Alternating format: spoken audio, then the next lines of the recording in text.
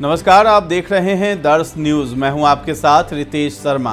प्रधानमंत्री नरेंद्र मोदी ने गुरुवार को कहा है कि केंद्रीय वित्त मंत्री निर्मला सीतारमण की ओर से पेश किया अंतरिम आम बजट समावेशी और नवोन्मेषी होने के साथ ही देश के भविष्य के निर्माण का बजट है, जो विकसित भारत के 4 स्तंभों क्रमशः युवा, गरीब, महिला और किसान को सशक्त बनाएगा।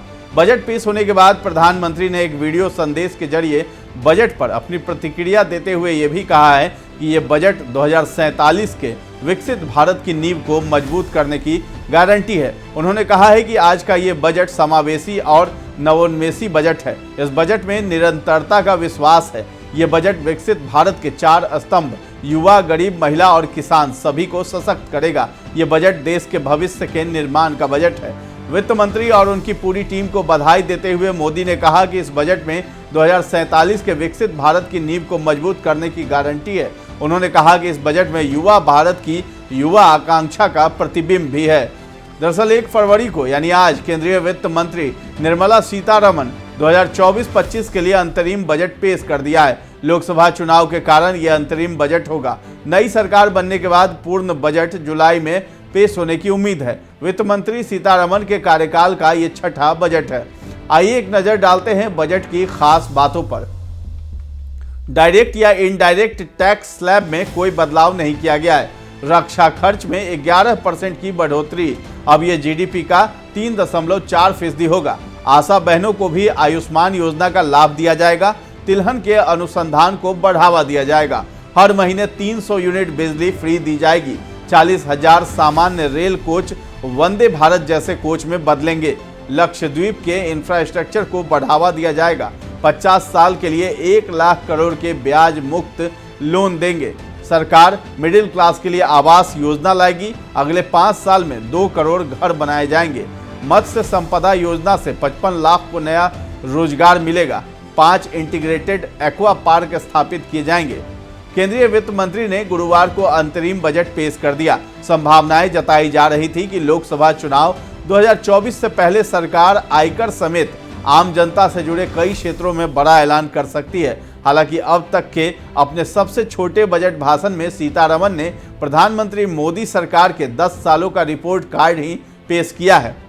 अब बड़ी घोषणाएं क्या है उस पर एक नजर डाल लेते हैं। केंद्रीय वित्त मंत्री ने और मेडिकल कॉलेज स्थापित करने का ऐलान किया है। साथ ही कहा है कि डीप टेक तकनीक को मजबूत किया जाएगा। उन्होंने रूफ टॉप सोलराइजेशन की भी बात कही है। इसके जरिए 1 करोड़ परिवार 300 यूनिट मुफ्त बिजली हासिल कर सकेंगे। लक्षद्वीप में पर्यटन को बढ़ावा देने के लिए पोर्ट कनेक्टिविटी परियोजनाओं को शुरू किया जाएगा। इससे रोजगार के मौके भी बढ़ेंगे।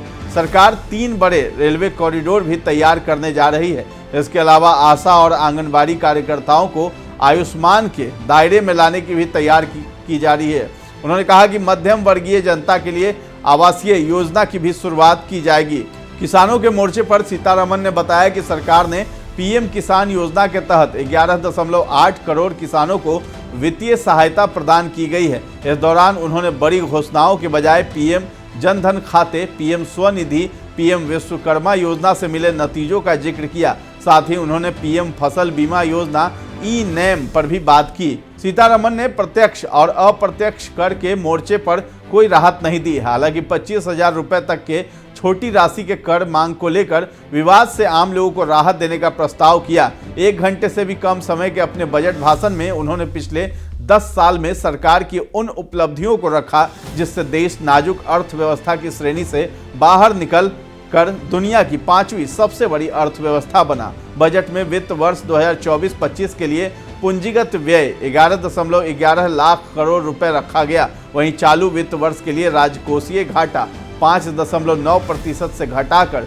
5.8% रहने का संशोधित अनुमान रखा गया है। राजकोषीय घाटा अगले वित्त वर्ष में 5.1% रहने का अनुमान है। उन्होंने कहा है कि 2014 से पहले की हर चुनौती को आर्थिक प्रबंधन और बेहतर राजकाज के माध्यम से दूर किया जा चुका है।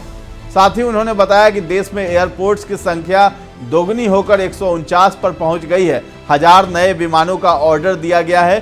2005 से 14 की तुलना में एफडीआई प्रवाह 2014-23 दोगुना होकर 596 बिलियन अमेरिकी डॉलर पर पहुंच गया है। प्रत्यक्ष कर को लेकर वित्त मंत्री ने दरों को बरकरार रखने का फैसला किया है। उन्होंने बताया कि बीते 10 सालों में डायरेक्ट टैक्स कलेक्शन 3 गुना हो गया है और रिटर्न दाखिल करने वालों की संख्या 2.4 गुना बढ़ गई है।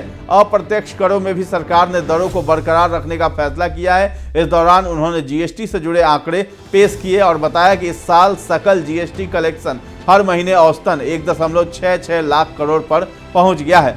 पिछले 10 साल में मोदी सरकार की उपलब्धियों पर रोशनी डालता है बजट भाषण। ये बातें अमित शाह ने कही है। केंद्रीय गृह मंत्री अमित शाह ने बृहस्पतिवार को कहा कि 24-25 का अंतरिम बजट 2047 तक विकसित भारत बनाने के प्रधानमंत्री नरेंद्र मोदी के दृष्टिकोण को साकार करने की रूपरेखा प्रस्तुत करने वाला है।